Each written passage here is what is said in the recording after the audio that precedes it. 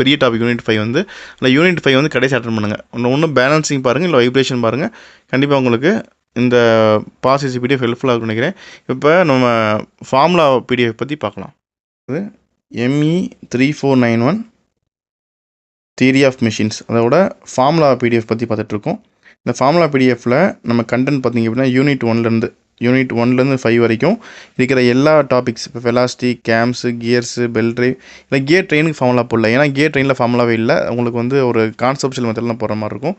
Bell drive, screw friction, force analysis, equal dynamic system, அப்புறம் free and force, free longitudinal trans vibration, viscous damping, damped vibration, அப்புறம் torsion vibration, force vibration, balancing of reciprocating masses, rotating masses போடல, ஏன்னா அதில் formula இல்லை, அதனால் போடல.